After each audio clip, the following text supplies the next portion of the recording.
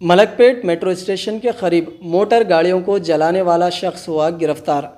Chadarghat police ने मलकपेट में metro station के करीब 5 गाड़ियों को जलाने वाले शख्स को गिरफ्तार कर लिया। तफसीलात के मुताबिक जाकिर मोहम्मद 32 साल जो मलकपेट में फुटपाथ पर सोता था, जिसका आबाई मुकाम मुंबई है। रोज़गार की तलाश में वो 8 साल कबल हैदराबाद में यौमिया मजदूरी के करके ज़िंदगी गुजार रहा था। वो शराब और दीगर बुराइयों में मुब्तला हो गया था। उसने अपने जहनी इत्मीनान के लिए मेट्रो स्टेशन मलकपेट के पास पार्क की गई 5 गाड़ियों को जला दिया था। चादरघाट पुलिस और साउजन टास्क फोर्स टीम ने मुश्तरका कार्रवाई करते हुए सीसीटीवी कैमरों की मदद से जाकिर मोहम्मद को अकबरबाग से गिरफ्तार करके उसके खिलाफ मुकदमा दर्ज कर लिया और अदालती तहवील में भेज दिया है।